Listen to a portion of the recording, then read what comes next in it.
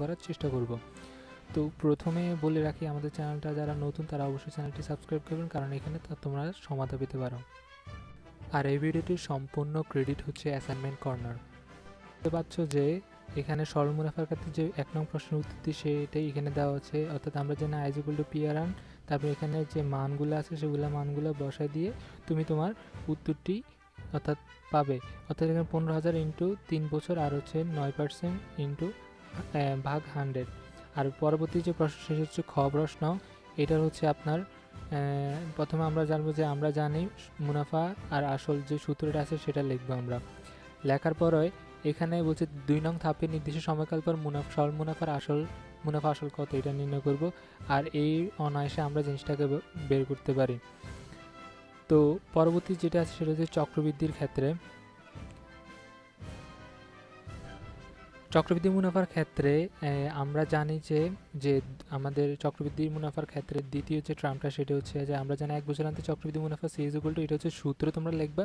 সূত্র অনুযায়ী তোমাদের পির মান লিখবে এবং যে মানগুলো আছে অর্থাৎ ইন্টারেস্টের মান লিখে তোমরা ক্যালকুলেশন করে এই জিনিসটাকে সুন্দরভাবে বের করতে পারো। অর্থাৎ আমার এখানে পি ইজ ইকুয়াল টু 15,000 আর আর ইজ ইকুয়াল টু 9% আর এন ইজ ইকুয়াল টু হচ্ছে আপনার 1 বছর। অর্থাৎ 1 বছর দেওয়ার পরে আমি আমার নির্দিষ্ট যে অঙ্কের মানটি সেটি ক্যালকুলেশন করার মাধ্যমে সেটি বের করেছি। তো তোমরা এভাবে নিজেদের মতন করে জিনিসটাকে লিখবে, গুছিয়ে সুন্দর করে লিখবে। চক্রবৃদ্ধি মুনাফার ক্ষেত্রে দ্বিতীয় যে প্রশ্নটি অর্থাৎ খ প্রশ্নটি সেটা হচ্ছে দ্বিতীয় বছরান্তে চক্রবৃদ্ধি মূলধন সূত্র উল্লেখ করা আছে, এটা সমান কত সূত্রটা উল্লেখ করতে হবে। এখানে আমরা প্রথমে সূত্রটা লিখব। সূত্র লেখার পরে মান ঠিক যেভাবে শুধুমাত্র প্রথম বছর যে অর্থাৎ 16,350 টাকা পাচ্ছি সেটা পি হিসেবে এখানে আমরা লিখব। জাস্ট এইভাবে আমরা এটা লিখব। অর্থাৎ তোমরা দেখতে পাচ্ছ যে এখানে যে 16,350 যেটা আছে সেটা হচ্ছে প্রথম বছরে যে আমরা বের করেছি এটা উত্তর, এবং দ্বিতীয় বছরান্তে ঠিক পি জায়গাত এই জিনিসটা আমরা বসাই দিব। আর এন এর মান 1 বছর আর আর এর মান 9%, সেটা যেমনটি আছে ঠিক তেমনটি থাকবে। এবার 3 নম্বর প্রশ্নটি অর্থাৎ আমাদের গরুর গ যে তৃতীয় বছরের আন্তে চক্রবৃদ্ধি মূলধন কত এটা সূত্র সহ আমরা উল্লেখ করব। তো আমরা এখানে সূত্রটা প্রথমে লিখব। এটাও ঠিক সেমই থাকবে, শুধুমাত্র আগের বছরে যে আমরা যে পির যে অর্থাৎ সি যে মানটা পেয়েছি সেটা এখানে পি হিসাবে আমরা লিখব।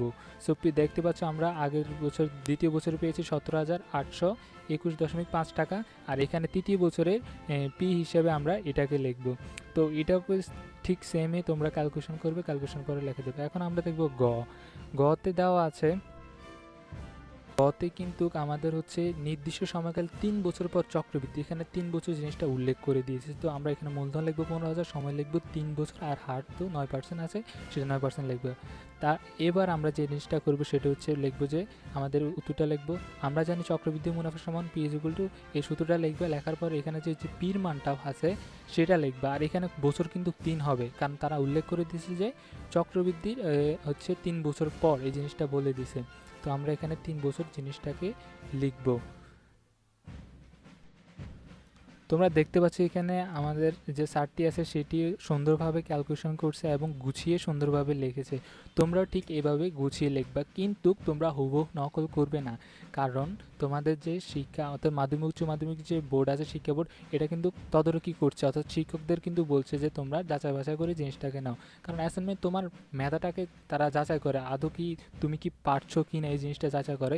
তো তোমরা অঙ্কের বেলায় যে জিনিসটা লিখবা যে এভাবে সুন্দর করে গুছিয়ে লিখবা।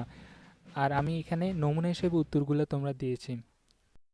সেটি হচ্ছে আপনার নির্দিষ্ট সময়কাল 3 বছর পর সরল মুনাফা ও চক্রবৃদ্ধি মুনাফা পার্থক্য নির্ণয় করা, অর্থাৎ জিনিসটার পার্থক্য নির্ণয় করা। আমরা এখানে পার্থক্য হিসেবে কিন্তু দিছি চক্রবৃদ্ধি মুনাফা আমরা 4,500 টাকা এবং সরল মুনাফা হচ্ছে 4,500 টাকা এবং চক্রবৃদ্ধি মুনাফা হচ্ছে 4,425 এত টাকা। সো এখান থেকে এটা বিয়োগ দেওয়ার পর যেটা বাড়াবে এটাই পার্থক্য। এবং সর্বশেষ বলছে যে সমবায় সমিতি সঞ্চয় স্কিমের ক্ষেত্রে কোন মুনাফা পদ্ধতি সুবিধাজনক বলে তুমি মনে করো। নিঃসন্দেহে আমি হচ্ছে 3 বছর পর সরল মুনাফার চেয়ে চক্রবৃদ্ধি মুনাফা বেশি পাচ্ছি, তাই বলা যায় চক্রবৃদ্ধি মুনাফা বেশি সুবিধাজনক। এভাবে তোমরা তোমাদের জিনিসটাকে গুছিয়ে সুন্দরভাবে লিখবে। আর সর্বশেষে একটি কথা আমার অনুরোধ হলো, তোমরা যারা আমার চ্যানেলে নতুন তারা অবশ্যই চ্যানেলটি সাবস্ক্রাইব করবে এবং লাইক দিবে এবং তোমাদের সাথে ফ্রেন্ডের সাথে বেশি বেশি শেয়ার করবে। এবং তোমরা যখন ভিডিওতে লাইক দাও, লাইক দেওয়ার ফলে আমরা বেশি উৎসাহিত হই এবং কাজ করার প্রতি আরও বেশি আগ্রহ সৃষ্টি হয়। তাই তোমাদের কাছে এই ছোট্ট একটি অনুরোধ থাকলো, তোমরা অবশ্যই সাবস্ক্রাইব করবে। এবং পরবর্তী যেটা আছে সেটা হচ্ছে সংক্ষিপ্ত প্রশ্ন। এবং সংক্ষিপ্ত প্রশ্ন কিন্তু যে প্রথম নাম্বার উত্তরটি সেটা তোমরা দেখতে পাচ্ছ যে পদ্ধতি তালিকা হচ্ছে এত এবং প্রতিটি ক্ষেত্রে হচ্ছে পার্থক্য হচ্ছে ৫ এবং উক্ত প্যাটার্নের জন্য বীজগণিতের রাশি হবে, এই জিনিসটা তোমরা লিখে দেবে। এবং ২ নাম্বারে যে প্রশ্নের যে উত্তরটি অর্থাৎ নমুনা প্রশ্নের উত্তর হিসেবে যে জিনিসটি দেওয়া হয়েছে, যে যেমন আমরা এখানে সুন্দরভাবে লিখিয়ে দিয়েছি। সংক্ষিপ্ত প্রশ্নের পরবর্তী যে প্রশ্নটি সেটি হচ্ছে ৩ নাম্বার যে প্রশ্নটি, প্যারিস মিউজিয়ামে রচিত এক খণ্ড প্লাটিন নামের রডের দৈর্ঘ্য ১ মিটার হিসাবে স্বীকৃত হয়েছে। এটা যে উত্তরটা আছে সেটা তোমরা উত্তর হিসাবে লিখবে। এবং ৪ নাম্বার প্রশ্ন যেটি আছে, অধিক ওজনে একক মেট্রিক্স পদ্ধতি হচ্ছে কুইন্টাল এবং মেট্রিক টন। এই জিনিসটা হচ্ছে সংক্ষিপ্ত প্রশ্নের উত্তর। এগুলো তোমরা তোমাদের বইতে আছে। এবং পরবর্তীতে যা যা সংক্ষিপ্ত প্রশ্ন আছে সেগুলোর কিন্তু উত্তর কিন্তু তোমাদের এখানে এই ভিডিওতে আমি দিয়ে দিয়েছি।